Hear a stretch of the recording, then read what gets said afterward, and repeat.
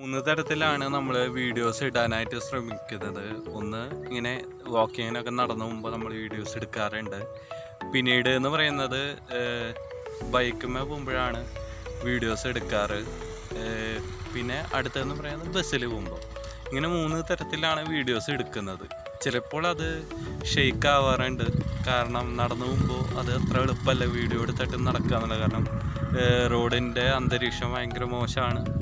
പിന്നെ ബൈക്കിലാണെങ്കിലും ഭയങ്കര മോശമാണ്. അത് എടുക്കുമ്പോൾ എന്തായാലും ഷെയ്ക്കാവും.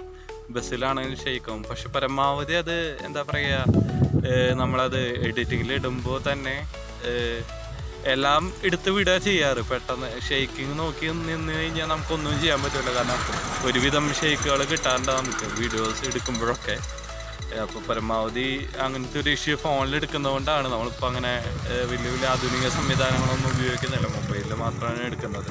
അപ്പോൾ അതിൻ്റേതായ കുറേ ലിമിറ്റേഷൻസ് ഉണ്ട്. പ്രേക്ഷകരെ ക്ഷമിക്കുക. കാരണം എന്നോടിപ്പോൾ കുറേ പേര് കമൻറ്റ് ചെയ്തു പേഴ്സണലായിട്ട്. വാട്സപ്പിലാണെങ്കിലും ഇങ്ങനെ കുറേ പേര് അറിയുന്നവർ പറഞ്ഞു ഇങ്ങനെ ഷെയ്ക്ക് ആവുന്നുണ്ട്, അങ്ങനെ കുറേ കാര്യങ്ങൾ പറഞ്ഞു. അപ്പോൾ ഇതാണ് കാര്യം. നമ്മുടേതായ പരിമിതിയിൽ വെച്ചിട്ടാണ് കാര്യങ്ങളൊക്കെ വീഡിയോസൊക്കെ എടുക്കുന്നത്, അതേപോലെ കാഴ്ചകളൊക്കെ പകർത്തുന്നത്. ഞാൻ കഴിഞ്ഞ വീഡിയോസിലേക്ക് ഇട്ടിരുന്നു. കുറേ ലിമിറ്റേഷൻസ് നമുക്കുണ്ട്. നമ്മളായിരിക്കുന്ന അവസ്ഥയിൽ കുറേ ലിമിറ്റേഷൻസ് ഉണ്ട്.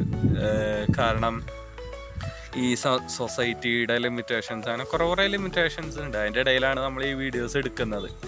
അപ്പോൾ ഇങ്ങനെ ആരും ഇവരുടെ ഇടയിലേക്ക് വന്നിറങ്ങിയിട്ടില്ല വീഡിയോസ് എടുക്കാനൊന്നും.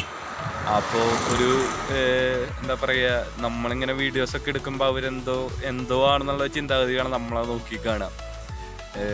അപ്പോൾ നമ്മൾ പ്രേക്ഷകർക്ക് വേണ്ടിയാണ് വീഡിയോസ് എടുക്കുന്നതും എല്ലാവരെയും കാണിക്കാനായിട്ട് ശ്രമിക്കുന്നത്. അപ്പോൾ എല്ലാവരും നല്ലപോലെ കട്ടയ്ക്ക് സപ്പോർട്ട് ചെയ്തോളൂ കേട്ടോ. Stay with Mallu ട്രാവലിങ്സ്.